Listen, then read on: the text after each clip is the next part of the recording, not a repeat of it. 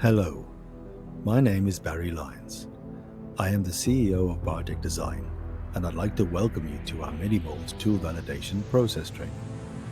This presentation series will explain how to validate medical device injection mold tools for production approval. Watch the presentation to the end to get insight into further training content in this and our other series. Barry Lyons Bio. Barry is the owner-founder of Bartek Design Limited. BDL is a product design and development and consulting company specializing in medical devices. Barry has extensive experience in bringing new products from design concept to high-volume manufacturing. Barry has 30 years experience in the manufacturing industry, specializing in plastics, consumer products, and medical devices. He has worked as a tool maker, tool designer, tooling engineer, validation engineer, industrial product designer, project manager, mechanical engineer, and is now the Managing Director CEO of Bartek Design Limited. In this presentation, we will explain what is validation, why do we need to validate, who created the validation process, what types of validation are there. What is validation? Official quotation from the GHTF. Establishing documented evidence which provides a high degree of assurance that a specific process will consistently produce a product meeting its predetermined specifications and quality attributes.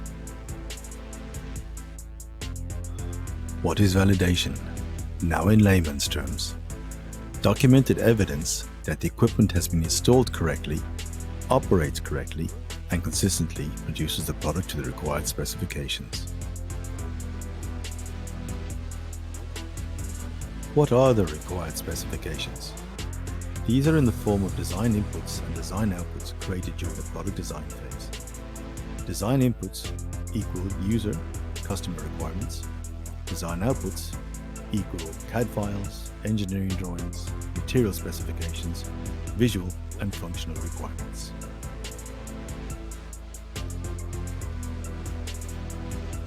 The design controls are in accordance with the design controls waterfall chart process in ISO 13485 paragraph 7.3 and FDA 21 CFR 820.30. Validation is confirmation that the product produced from the production process meets the design inputs and design outputs. Who sets the standards? The International Medical Device Regulations Forum, IMDRF, formerly the Global Harmonization Task Force, GHTF, create the regulations. These regulations are adopted by global regional regulatory bodies such as the CE body in Europe and the FDA in the USA.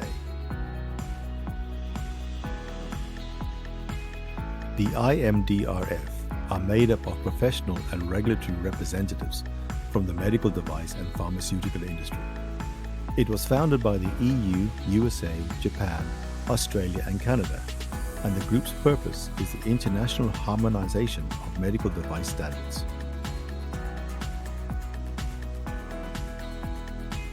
What are the different types of validation? There are 4 key types of validation processes. 1. Prospective validation. This takes place before production, i.e. using design verification data. 2. Concurrent validation. This takes place during production, for instance using PQ or SPC data. 3. Retrospective validation. This takes place after production. You can use data from FAT-SAT PQ assessments. 4. Revalidation. This takes place after changes to the part, equipment or process. And usually mini PQ data of localized areas is used to evaluate this. Mold tool validation specifics. The mold tool is validated to test its ability to repeatedly produce the products to the required design output specifications throughout a range of variable process conditions. These variables are in the form of 1. Molding machine process, pressure, temperature, mechanics. 2. Materials, different material batches and supplier batches. 3.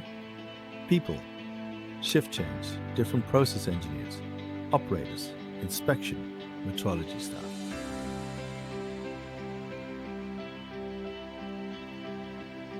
The mold tool is validated to test its mechanical ability to run reliably for more than 24 hours non-stop with minimum attention from process engineers.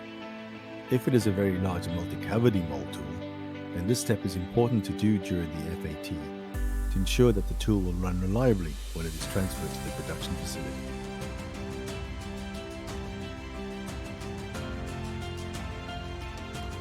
The mold tool is validated for proof of testing and traceability by documentation in the event of a product failure that may cause harm to a patient. Remember the golden rule. If it has not been written down, then it never happened. If the tool was not validated, or the validation was not recorded in documentation, and a product failure was traced back to the tool, the mold maker may be liable for the patient's injury and resulting penalties. Product versus equipment. Mold makers need to understand the following. The product is always the important item because it interfaces with the patient. Risk equals harm to the patient. The mold tool is only a means to produce the product and therefore always comes secondary to the product. It doesn't matter how fantastic your mold tools are. The customer is only interested in the produced product and not the mold tool.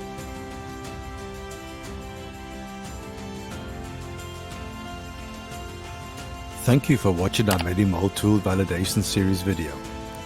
If you enjoyed the video, please press the like, subscribe, and notify buttons below the screen to get notified of new releases of our training content in this and our other series, which can be found in the links below. See you again soon. Cheers!